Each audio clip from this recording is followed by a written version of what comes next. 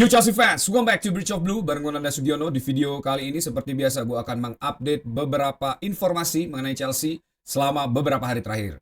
Dan sebelum gue mulai, gue pengen sapa-sapa dulu seluruh True Blue yang sudah bergabung di channel ini. Ada True Blue dari Palembang, True Blue dari Lampung, dan True Blue dari Surabaya. Terima kasih untuk kalian semua yang sudah selalu setia meramaikan kolom komen di bawah. Terima kasih, respect dari gue dan sehat selalu untuk kalian semua. Dan untuk kalian yang baru join, jangan lupa untuk klik tombol subscribe, nyalain loncengnya, bantu gue buat sampai ke 10.000 subscriber. Kalian juga bisa bantu gue dengan memberi hype di video ini supaya makin banyak True Blue yang bergabung di channel ini.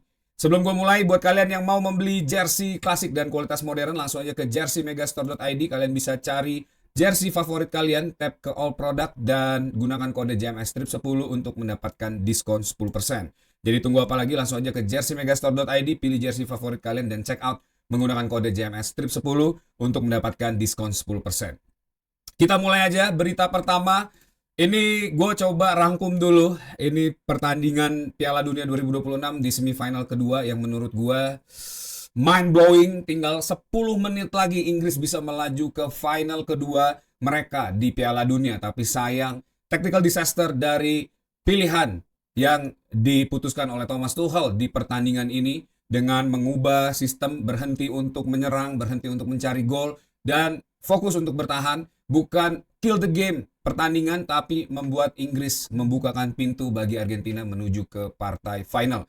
Inggris akhirnya harus kalah 1-2 melawan Argentina, 2 gol yang sangat epic dari Enzo Fernandez dan juga Lautaro Martinez, serta motor serangan lagi-lagi Argentina ya, Lionel Messi yang belum juga pensiun sampai saat ini dan tetap menjadi seorang pesepak bola terbaik di dunia. Dan Argentina yang hanya butuh waktu 10 menit untuk mencuri keunggulan dari Inggris sepanjang 90 menit lebih ya. Ini benar-benar tidak masuk akal. Dan banyak kritik memang yang dilancarkan kepada Thomas Tuchel ya setelah pertandingan ini, karena approach yang dilakukan oleh pelatih asal Jerman ini dianggap sangat merugikan bagi tim nasional Inggris. Tapi gue pribadi juga sangat menyayangkan apa yang dilakukan oleh Thomas Tuchel. Tapi gue mengerti apa yang diinginkan oleh Thomas Tuchel. Karena sebelum pertandingan ini melawan Norwegia, melawan Meksiko, Inggris selalu mampu kill the game ya. Dan memang desain tim yang disiapkan oleh Thomas Tuchel untuk mengarungi turnamen ini adalah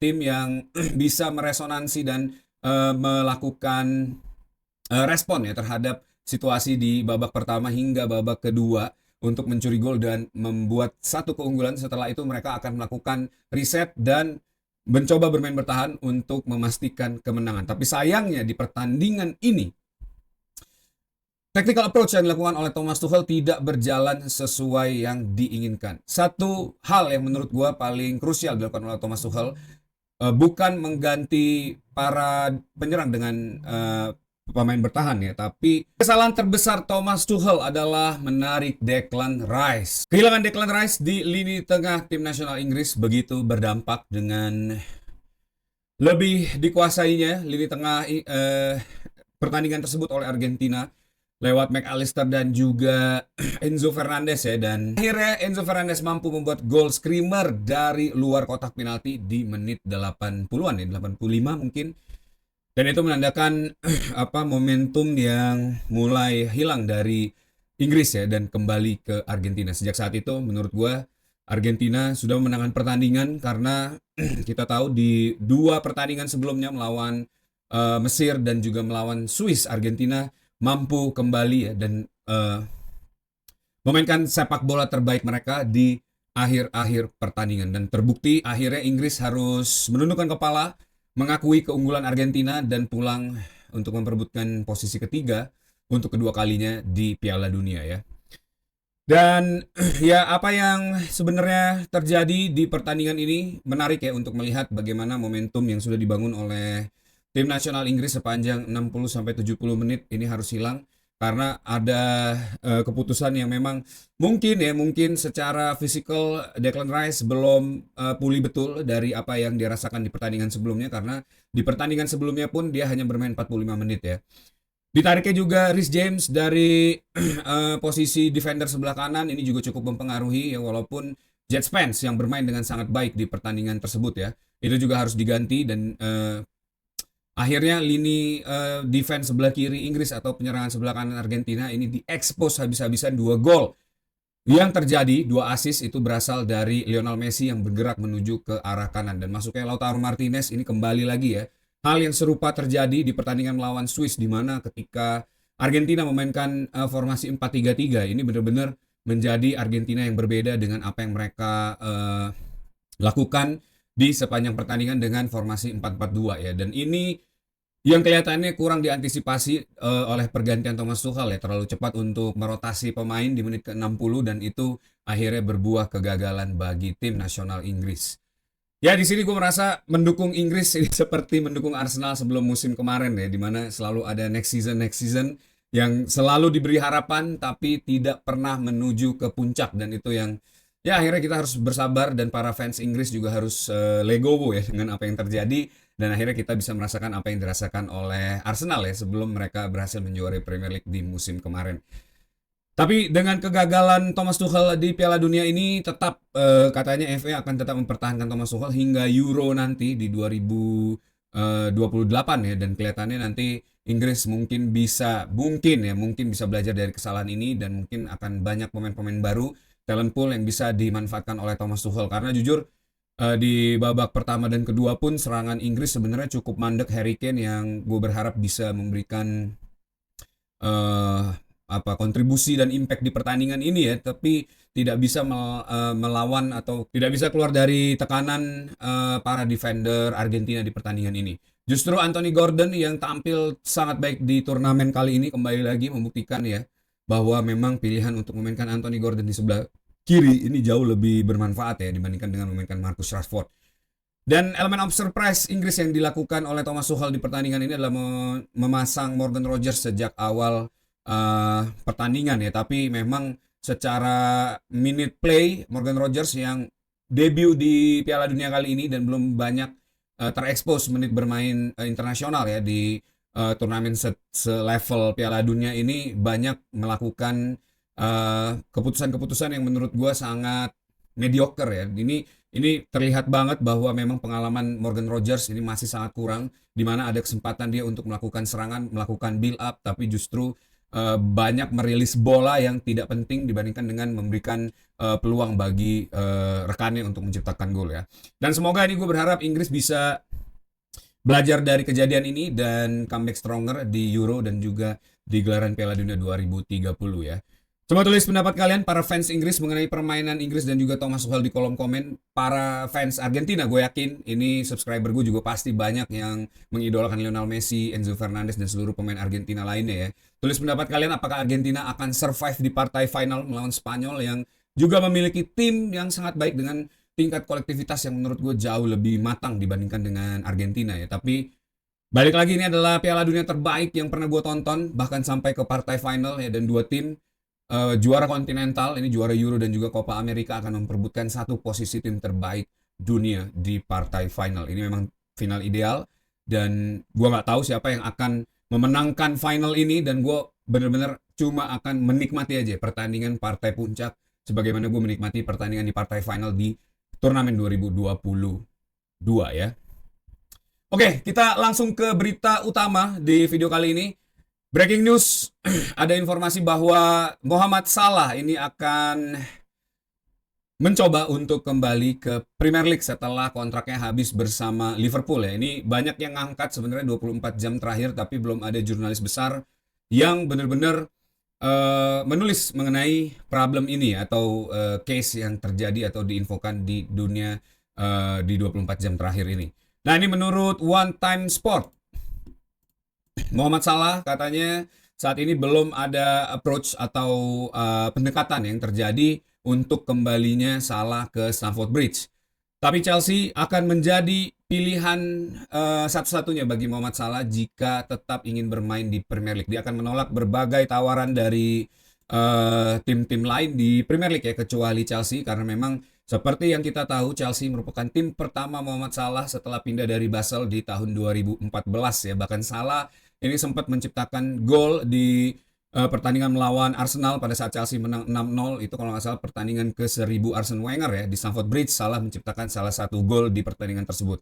Juga Salah juga menjadi gol pembuka juga ya di pertandingan melawan Stoke City itu pada saat Chelsea menang 3-0 di Premier League juga. Dan ini memang ya ada hate and love relationship antara Salah dan juga Chelsea ya di awal-awal karirnya bersama Premier League sebelum dia pindah akhirnya ke Fiorentina, setelah itu ke AS Roma, baru pindah ke Liverpool ya. Tapi datangnya Muhammad Salah ini kalau seandainya memang dia benar-benar kembali lagi ya tentu, tapi dengan value gaji yang mungkin tidak sebesar kontrak yang dia dapatkan di Liverpool, tapi dengan kontribusi dan pengalaman Muhammad Salah menurut gue ini pemain bisa banget untuk menjadi abang-abangan di dressing room untuk memberikan mentality monster yang diinginkan oleh Xabi Alonso ya. Dan kita tahu Xabi Alonso juga pasti mungkin ya masih bisa untuk mengekstrak kemampuan terbaik dari Muhammad Salah, karena seperti di Bayer Leverkusen, Granit Xhaka yang sudah juga cukup veteran pada saat itu ya tetap bisa dimaksimalkan oleh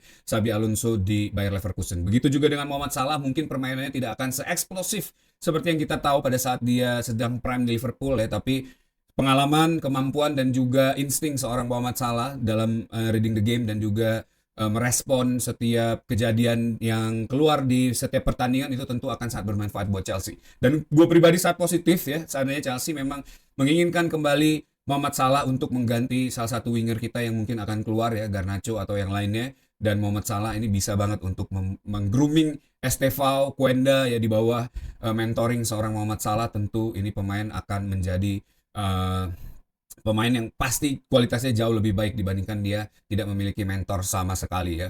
Gue pribadi sangat welcome, gue sangat menanti apakah ini benar-benar kejadian, tinggal bagaimana Bluko nanti mencoba merespon hal ini ya, apakah benar-benar akan merekrut Muhammad Salah yang free agent dan menegosiasi gaji dari seorang Muhammad Salah, karena setahu gue gajinya cukup tinggi di Liverpool ya, hampir sekitar 300 ribuan lebih pound sterling per pekan, dan ini yang harus benar-benar menjadi consideration bagi Bluko ya, apakah akan tetap memberikan benchmark gaji segitu atau Salah ingin digaji UMR-nya Chelsea atau maksimal sekitar 200-250 ribu per minggu ya. Dan ini mungkin bukan kontrak jangka panjang, menurut gue 1-2 musim seperti yang kita lakukan dengan Thiago Silva ya. Kita tahu setiap pemain veteran yang ke Chelsea itu cukup memberi kontribusi ya, kecuali Higuain, terus juga ada Falcao ya yang pernah ke Chelsea juga. Ya ini yang menurut gue mungkin bisa dikonsider bagi Bluko untuk merekrut kembali Muhammad Salah sebagai seorang mentor di Chelsea ya. Coba tulis pendapat kalian, apakah merekrut Muhammad Salah kembali ke Chelsea merupakan langkah yang baik atau justru ya sudah ini pemain sudah lewat masanya, lebih baik kita move on ke pemain-pemain yang memang sedang menuju prime atau merekrut pemain yang sudah ready made untuk Premier League ya. Tulis pendapat kalian di kolom komen di bawah.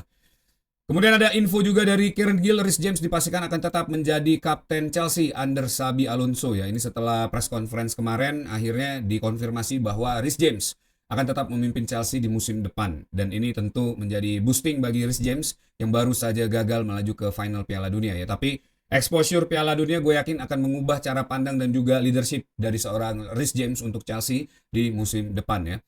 Dan update info dari bursa transfer ini kembali lagi Maxime Lacroix dari Fabrizio Romano ya kembali disebut, dan kata Fabrizio Romano ini secara behind the scene Chelsea ini sudah semakin dekat untuk mendapatkan Maxime Lacroix. Kemarin sudah ada info juga 50 juta pound sterling plus untuk mendatangkan seorang Maxime Lacroix. Bahkan Trevoh Chalobah sudah ada pembicaraan untuk dimasukkan ke dalam exchange player ya untuk melancarkan transfer dari seorang Maxime Lacroix ini ya. Dan menurut Fabrizio Romano, Chelsea yang terus ya mendekati Maxime Lacroix bukan hanya karena tidak disebut-sebut dalam 1 minggu terakhir bahwa transfer ini tidak akan terjadi. Menurut Fabrizio Romano ya ini masih ongoing dan semua berjalan dengan lancar, dan Chelsea kemungkinan besar akan merekrut 2 back lagi, satu adalah Maxime Lacroix, satu lagi ini masih menjadi misteri karena menurut Fabrizio ya, Pep Chavaria yang sedang diincar oleh Chelsea itu bukan seorang center back, merupakan seorang left wing back, dan tetap akan ada satu center back lagi yang mungkin akan dibawa oleh Xabi Alonso ke Chelsea. Gue berharap semoga Jacobo Ramon, karena kita sempat bahas di video sebelumnya bahwa Jacobo Ramon ini juga sempat punya hubungan dengan Xabi Alonso pada saat bermain di Real Madrid U19 ya. Xabi Alonso merupakan pelatih Jacobo Ramon di Real Madrid U19 tersebut, dan chemistry-nya udah pasti tahu ya seorang Xabi Alonso, dan semoga aja ini bisa menjadi salah satu magnet buat Jacobo Ramon ke Chelsea setelah Maxime Lacroix here we go ya. Dan ditambahkan oleh Kieran Gill juga bahwa Lacroix dan Chelsea ini sudah 2 minggu ya, rumornya beredar dan semakin kencang, sedang melakukan negosiasi. Dan setelah World Cup ini finish, nah ini juga setelah perebutan tempat ketiga, di mana kemungkinan besar Lacroix akan starting di Prancis ya, melawan Inggris untuk memenangkan peringkat ketiga ini. Dan kemungkinan besar ini akan menjadi final decision buat Maxime Lacroix ke Chelsea ya. Walaupun Lacroix bukan satu-satunya center back yang masuk ke dalam konsiderasi Chelsea, tapi untuk mendatangkan Maxime Lacroix ini sudah tinggal sedikit lagi. Dan semoga aja ya setelah Piala Dunia berakhir langsung here we go, dan kita udah nggak dak-dikduk lagi untuk mencari siapa center back yang nanti akan menjadi andalan Xabi Alonso di lini belakang Chelsea ya. Nah, ini ada informasi juga dari Andre Santos yang katanya memutuskan untuk pergi dari Chelsea karena tidak bermain di Champions League Football ya. Ini obrolan yang sudah terjadi di Februari dan Maret, mungkin pada saat Santos melihat Chelsea sudah mulai drop. Jadi bukan cuma soal menit bermain. Santos, kata Kieran Gill, ini tidak masalah untuk tetap bermain dari bangku cadangan selama tim tersebut masuk Champions League Football. Jadi kalau timnya nggak masuk Champions League Football, dia berharap dia bisa mendapatkan first team experience. Dan Chelsea kemungkinan tidak bisa memberikan hal tersebut, jadi dia memutuskan untuk pergi ke Manchester United untuk mendapatkan menit bermain. Dan ini menurut gue adalah satu langkah bijak ya dari seorang Andre Santos, dan gue happy for him karena tidak banyak gonjang-ganjing, tidak merugikan masing-masing tim ya, dan juga semua happy dengan keputusan ini ya. Nilai transfernya juga bagus, dan Andre Santos ini tentu bisa banget menjadi seorang pemain yang nanti akan bisa membahayakan buat Chelsea di musim depan bersama Manchester United ya. Dan berita berikutnya, update dari Diogo Costa. Saat ini Chelsea dan Porto masih membicarakan transfer Diogo Costa, dan walaupun Chelsea sudah melakukan bidding sekitar 40 juta euro bagi Diogo Costa, tapi Andre Villas-Boas yang memang tidak memiliki kenangan baik dengan Chelsea ya, hanya memiliki kenangan pahit saja sebagai presiden dari Porto, ini menolak tawaran Chelsea. Andre Villas-Boas tetap menginginkan angka release clause bagi Diogo Costa, yaitu 60 juta euro. Nah, hal ini juga tidak berubah dari apa yang ditawarkan oleh Andre Villas-Boas ya terhadap PSG dan juga Bayern Munchen. Nah, hal ini hanya bisa terjadi seandainya atau berubah ya seandainya nanti Diogo Costa ini berubah pikiran karena sosok dari seorang Xabi Alonso. Tapi gue tahu saat ini pemain ini sedang naik daun, banyak pelatih-pelatih top yang menginginkan dia. Ada PSG dengan Luis Enrique dan juga Bayern Munchen dengan Vincent Kompany. Chelsea dengan Xabi Alonso-nya. Tentu di antara ketiga ini dia memiliki opsi yang jauh lebih luas untuk memainkan sepak bola Eropa ya, terutama dengan PSG dan juga Bayern Munchen. Di PSG tentu ini pemain akan langsung ya menjadi number one goalkeeper tanpa harus bersaing lagi. Di Bayern Munchen walaupun ada Neuer, tapi kita tahu juga penampilannya bersama Jerman di Piala Dunia ini cukup mengecewakan, dan gue yakin di musim depan Neuer ini tidak akan menjadi first team goalkeeper di Bayern Munchen lagi ya, dan Diogo Costa akan bisa secara taking order langsung mengambil alih tempat dari Neuer. Kalau di Chelsea sendiri sudah pasti dia akan menjadi first team goalkeeper ya untuk Chelsea di musim depan, dan itu kembali lagi yang harus dikonsider. Tapi kalau untuk raise 60 juta euro, PSG, Bayern Munchen, Chelsea semuanya fight, gue yakin mungkin Diogo Costa tidak akan memilih Chelsea untuk labuan dia ke Premier League di musim depan ya, karena masih ada opsi PSG dan juga Bayern Munchen. Chelsea mungkin akan menjadi pilihan terakhir bagi Diogo Costa. Jadi kita realistis saja, tetap stick to Robert Sanchez, dan kita doakan semoga Robert Sanchez ini bisa perform well di musim depan di bawah Xabi Alonso dengan barisan lini belakang yang jauh lebih baik lagi dan sistem yang jauh lebih matang lagi bersama Xabi Alonso di musim depan ya, dan sehingga nanti Robert Sanchez ini bisa survive dan bisa menjadi top goalkeeper di Premier League ya. Coba tulis pendapat kalian, apakah Diogo Costa worth it untuk diperjuangkan ya dibandingkan dengan Robert Sanchez, atau tetap Robert Sanchez ini menurut kita semua masih harus dikasih kesempatan satu musim lagi di bawah naungan defender terbaik Premier League ya, di bawah Xabi Alonso dengan sistem yang lebih rigid lagi. Apakah seorang Robert Sanchez ini bisa eskalasi, thriving di musim depan, atau memang ya selling playernya sudah sampai sini aja? Coba tulis pendapat kalian di kolom komen di bawah ya. Quick update dari Garnacho ya, AS Roma ini memberikan dua opsi sekaligus, yaitu meminjam Garnacho dan satu lagi membeli Morera dari Strasbourg untuk Bluko ya. Garnacho ini sudah ditawarkan 5 juta euro pinjaman ya dan cover wages 100%, dan Morera ini ditawar harga 35 juta euro ya. Dan Garnacho saat ini masih menjadi perdebatan karena Chelsea sendiri ingin ada option obligation to buy, tapi dari AS Roma sendiri tidak ingin mengaktifkan obligation to buy tersebut karena harganya cukup mahal, kalau nggak salah 40-an atau 45 euro ya, sehingga total transfer dari seorang Alejandro Garnacho ini akan menjadi 50 juta euro. Nah, itu yang masih dipermasalahkan oleh AS Roma untuk opsi obligation to buy tersebut sih. Sementara Morera ini ditawar dengan 35 juta euro plus 10% future resale. Ya, jadi future resale itu kalau nanti Morera dibeli dari AS Roma, ini Chelsea akan mendapatkan 10% dari nilai transfer tersebut ya. Tapi menurut para internal atau source ya, seorang Jorge Mendes yang menjadi agent dari Garnacho saat ini dan juga Morera ya belum bisa meyakinkan Behdat Ekbali untuk melepas kedua pemain ini ya. Ya, mungkin sooner or later kita akan lihat ya, karena Garnacho ini sudah dipastikan tidak akan menjadi bagian dari Chelsea di musim depan. Ini pemain toksik ya, mungkin bukan toksik sih, tapi memang kita udah melihat tidak ada masa depan ya untuk transfer Garnacho ini sejak awal berpindah dari Manchester United ke Chelsea. Ini salah satu transfer yang menurut gue sangat disayangkan ya. Oke, update juga dari ini dari Transfer News Live, pemain Benfica Andre Seldrup ya, Seldrup yang tampil luar biasa menciptakan satu gol melawan Inggris, gol yang sangat cantik ya. Dari sebelah kiri ini diincar juga katanya oleh Chelsea setelah kemarin bermain dengan sangat baik di World Cup quarter final ya. Saat ini Chelsea, Liverpool dan Tottenham Spurs ini sedang melakukan scouting dan melihat situasi dari pemain Norwegia ini ya, Andre Seldrup. Ya, walaupun mungkin harganya ya balik lagi ya, kalau pemain yang punya showcase yang bagus dan juga kemampuan yang signifikan improve di Piala Dunia biasa harganya mahal ya. Tapi ini kayaknya masih rumor dan belum akan banyak hal yang terjadi ya. Nanti kita lihat seperti apa. Update juga Mark Gu yang kemungkinan akan pergi ya di bursa transfer musim panas ini, dan beberapa pemain atau tim dari Inggris ini sudah tertarik untuk merekrut pemain 20 tahun ini. Selain itu ada informasi juga saat ini representatif dari Benoit Badiashile dan juga Axel Disasi sedang berusaha untuk mencari klub baru bagi dua pemain ini ya. Jadi kita akan lihat nanti seperti apa transfer out yang akan dilakukan oleh Chelsea. Gue yakin ini secara bisnis Chelsea pasti bisa memilih pilihan terbaik ya, seperti yang dilakukan oleh Bluko di musim-musim sebelumnya. Oke, that's it video for today. Thanks for watching guys. Buat kalian yang suka sama video ini, jangan lupa untuk klik tombol like, share juga supaya informasi ini makin banyak yang tahu. Dan untuk kalian yang baru join, jangan lupa untuk klik tombol subscribe, nyalain loncengnya, bantu gue buat sampai ke 10.000 subscriber. Kalian juga bisa bantu gue dengan memberi hype di video ini supaya makin banyak true blue yang bergabung di channel ini.